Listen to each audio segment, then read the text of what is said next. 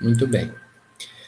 Bom, Gabriela, como eu já havia adiantado a vocês, né, nós estamos com o conteúdo programático da nossa disciplina concluído.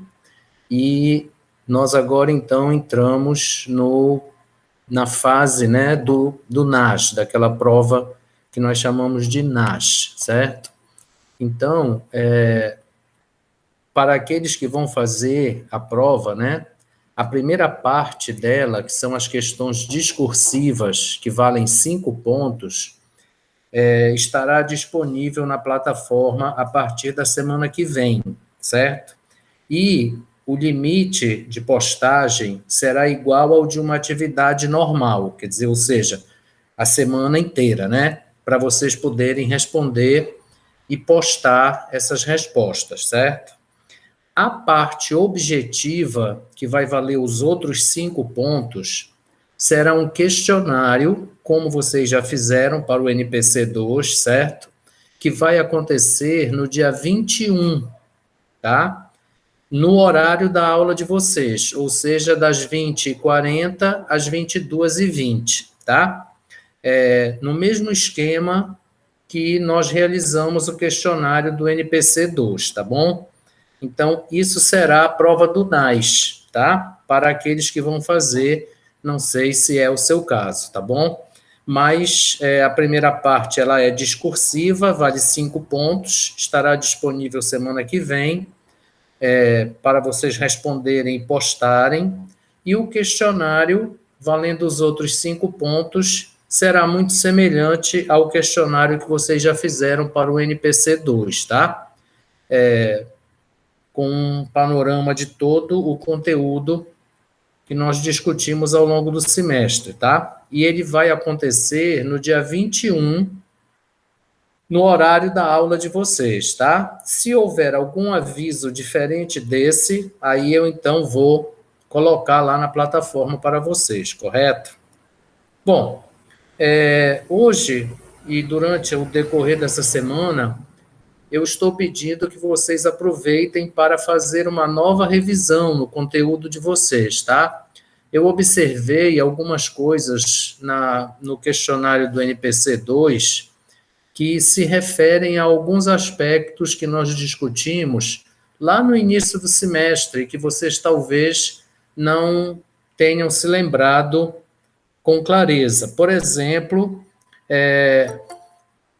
o, o princípio principal do método comunicativo. Olá, Emily. O principal princípio, né, do método comunicativo é o desenvolvimento da fluência, tá? É o aprimoramento da fluência, certo? Que o professor busca pelas interações, quer dizer, ele deve proporcionar interações o tempo inteiro para que os alunos possam desenvolver a fluência, que é o pilar do método comunicativo, tá? Além disso, a forma como o professor faz para desenvolver essa fluência é buscando o conceito ou a aplicação, né, das multi-skills, ou seja, que é aquela coisa de você começar com uma habilidade específica e, ao longo das 3 fases, né, especialmente lá na fase final, que a gente chama de post, você estabeleça o uso de outras habilidades, dando prioridade sempre para a habilidade de speaking, que é justamente para buscar o desenvolvimento da fluência. Então, esse foi um dos aspectos que me pareceu no questionário de vocês do NPC2 que vocês não estavam bem lembrados. Um outro aspecto se refere àquela nossa discussão de você utilizar uma habilidade como habilidade, quer dizer, você desenvolver o processo dessa habilidade, né? Você desenvolver a habilidade e usar os elementos que compõem aquela habilidade como um exercício, tá? Oi, Yasmin. Então, o que é que acontece? Vamos tomar, por exemplo, o reading, tá? Então, a habilidade de reading. Então, você vai trabalhar com seus alunos um texto. Você pode pedir que os alunos apenas reconheçam alguns elementos estruturais no texto, como, por exemplo, advérbio de modo. Olha, marquem todos os advérbios de modo que vocês encontrarem. Marquem os verbos irregulares no passado. Encontre no texto os pronomes possessivos.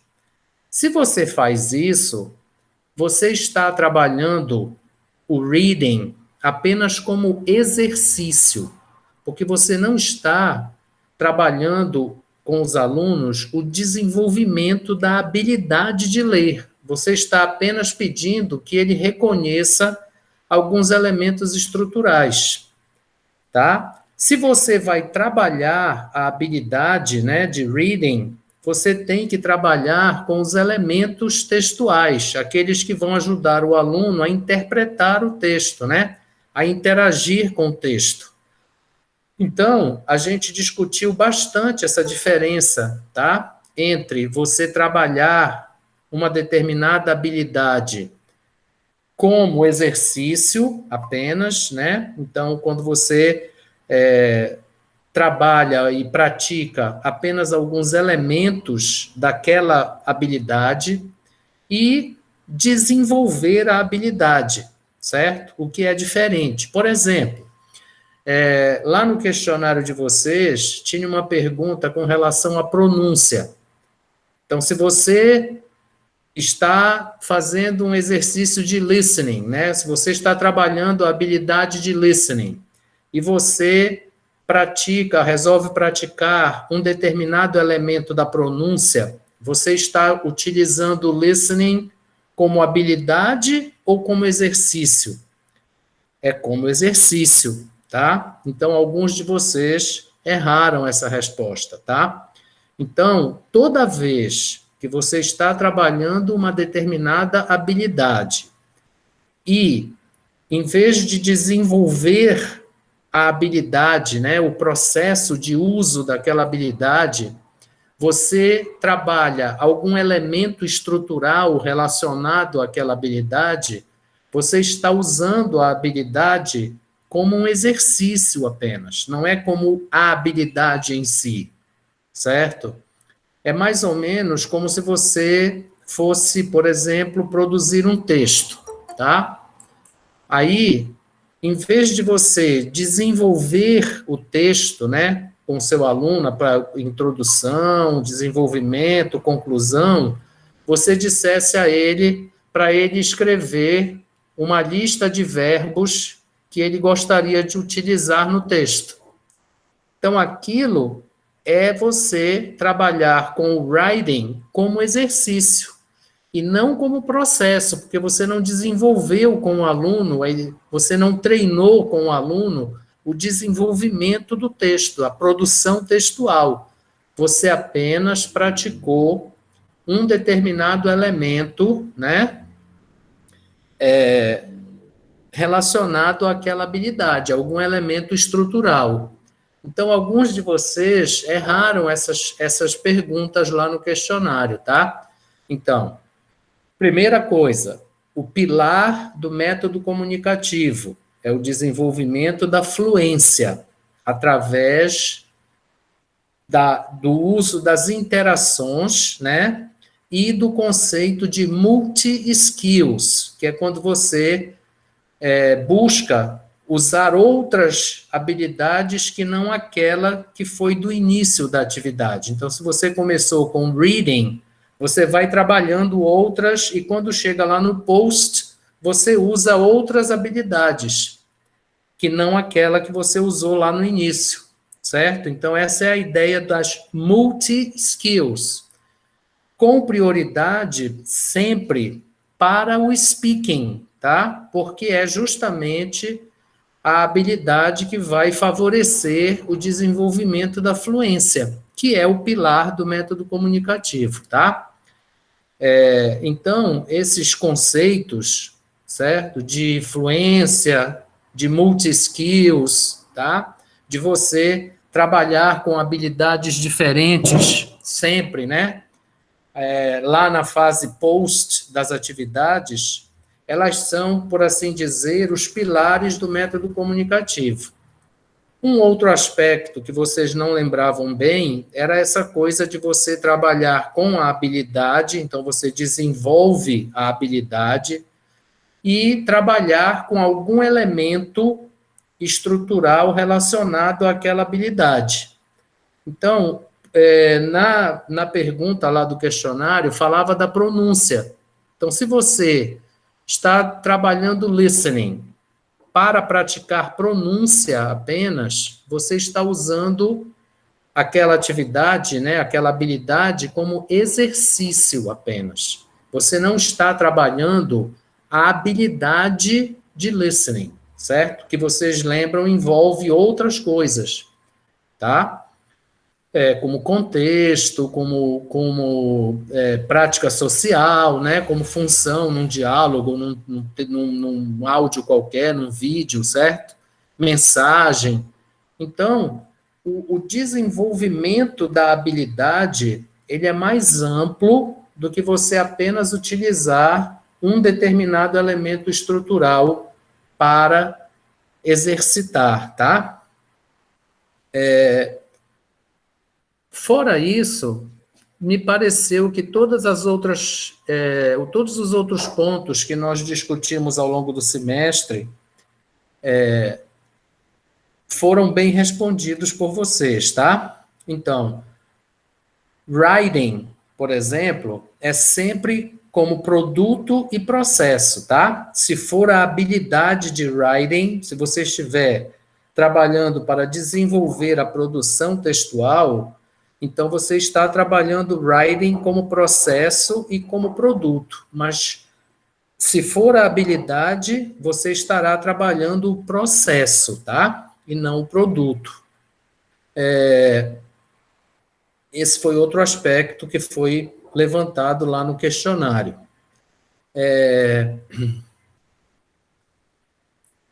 Um outro ponto, tá? Que foi objeto lá do questionário, se relacionava com o uso de um código de correção, tá?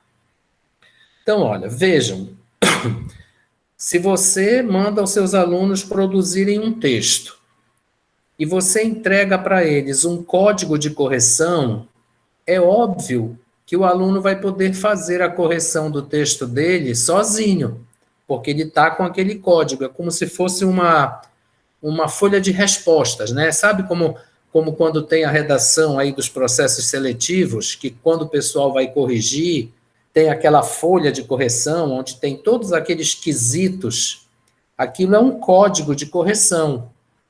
E aí é óbvio que se eu tenho aquele código e se eu consigo entender esse código, eu vou poder corrigir as minhas redações, as minhas produções textuais, o meu writing, sozinho.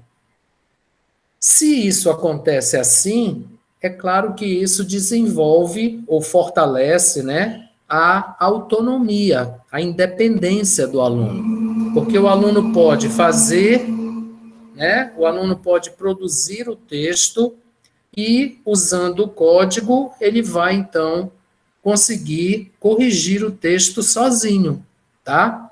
Pelo menos em princípio. Então, isso favorece a autonomia. Então, essa foi um outro ponto que foi levantado no questionário e que vocês, de alguma forma, não lembraram a resposta, tá? Então, é preciso que vocês façam uma revisão naqueles vídeos, né, de aula que nós produzimos ao longo do semestre, tá? A parte objetiva do NAS, ela vai, reiterando, acontecer no dia 21, tá? Salvo orientação diferente, que se for o caso, eu vou colocar lá na plataforma, e ela será muito semelhante ao questionário que vocês já realizaram para o NPC2, tá? Então, a primeira parte do NAS, que é a parte discursiva, vai acontecer na próxima semana, certo? Então, aí vocês terão 2 perguntas valendo 5 pontos, que vão ser disponibilizadas ao longo da semana, como se elas fossem uma tarefa normal da semana, tá? Valem 5 pontos. Os outros 5 pontos que se associam a essa parte objetiva, que é o questionário, ela vai acontecer no dia 21, que é segunda-feira, né, depois da outra semana, no horário de aula de vocês, ou seja, das 20h40 às 22h20. Então, no mesmo esquema que nós fizemos o NPC 2, tá? Então, o questionário, ele é liberado às 20h40 e às 22h20 ele se encerra, tá? Para vocês, então, responderem as 5 perguntas, cada uma valendo 1 ponto, para totalizar os outros 5 pontos da nota total de 10 pontos para o NAS, tá? Para aqueles que vão realizar a prova. Então, parte discursiva, 2 perguntas na próxima semana, disponibilidade ao longo da semana. Questionário, 5 pontos, parte objetiva, dia 21, no horário da aula de vocês, tá? Das 20h40 às 22h20. Se houver alguma orientação diferente, eu aviso vocês, tá ok? Certo? Então, esta semana vocês aproveitem para fazer uma nova revisão no conteúdo, tá? Observando esses aspectos que eu mencionei a vocês, para que vocês possam, então, realizar o NAS, aqueles que vão realizar o NAS, né? A parte discursiva na semana que vem e o questionário com a parte objetiva no dia 21, no horário da aula de vocês. Eu vou colocar este aviso lá na plataforma para vocês relembrarem, ok? Ok, professor. Então, era isso que eu tinha a dizer a vocês. Agora, prestem atenção. Na prova do NAS, nós não teremos a videoaula nem o chat, tá? Vocês terão lá um fórum, né, de dúvidas. Então, se você, por acaso, tiver alguma dúvida sobre o NAS, né, relacionado às perguntas, você coloca a sua pergunta lá no fórum, ou manda uma mensagem lá na plataforma, ou me acessa pelo Zap, tá certo? Então, são aí vários canais de possibilidade para vocês esclarecerem as dúvidas de vocês, tá bom? Então, Tá bom. hoje era isso que eu queria explicar a vocês. Não sei se alguém tem alguma dúvida ou alguma pergunta.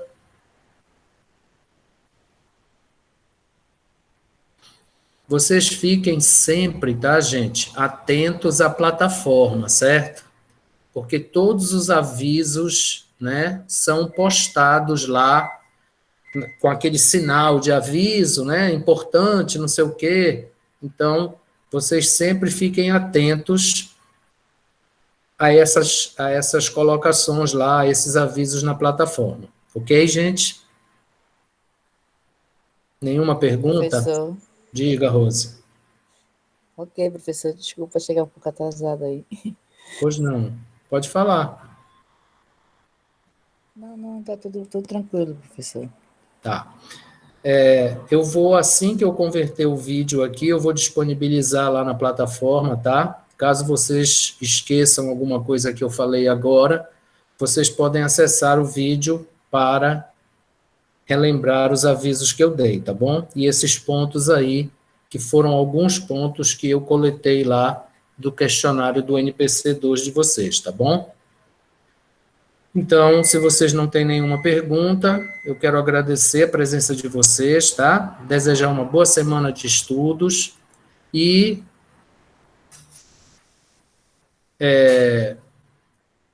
lembrar que a primeira parte do NAS começa na semana que vem, tá bom? Então, vocês fiquem atentos à plataforma, tá certo? Eu vou interromper aqui a gravação.